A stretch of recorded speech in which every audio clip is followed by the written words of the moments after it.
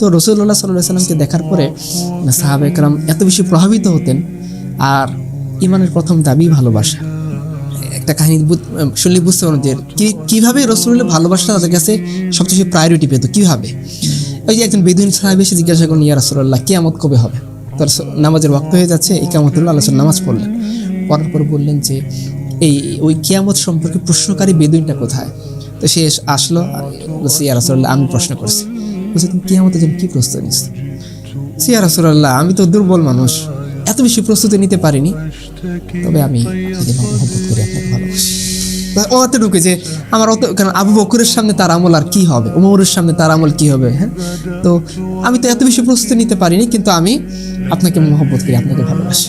রাসূলুল্লাহ সাল্লাল্লাহু আলাইহি সাল্লাম বলছেন যে যে যাকে মহব্বত করে সে কিয়ামতের দিন তার সাথে থাকবে। এই কথা শোনার পরে আনাস রাদিয়াল্লাহু আনহু হাদিসটা বর্ণনা করছেন, তিনি বলতেছেন যে সহিহ মুসলিম হাদিস, যে এই কথা শোনার পর আনাস রাদিয়াল্লাহু আনহু বলতেছেন যে ইসলাম গ্রহণের পরে আর কোনো কথায় সাহাবীরা এতটা আনন্দিত হয় না যতটা এই কথা শুনে আনন্দিত হয়েছে।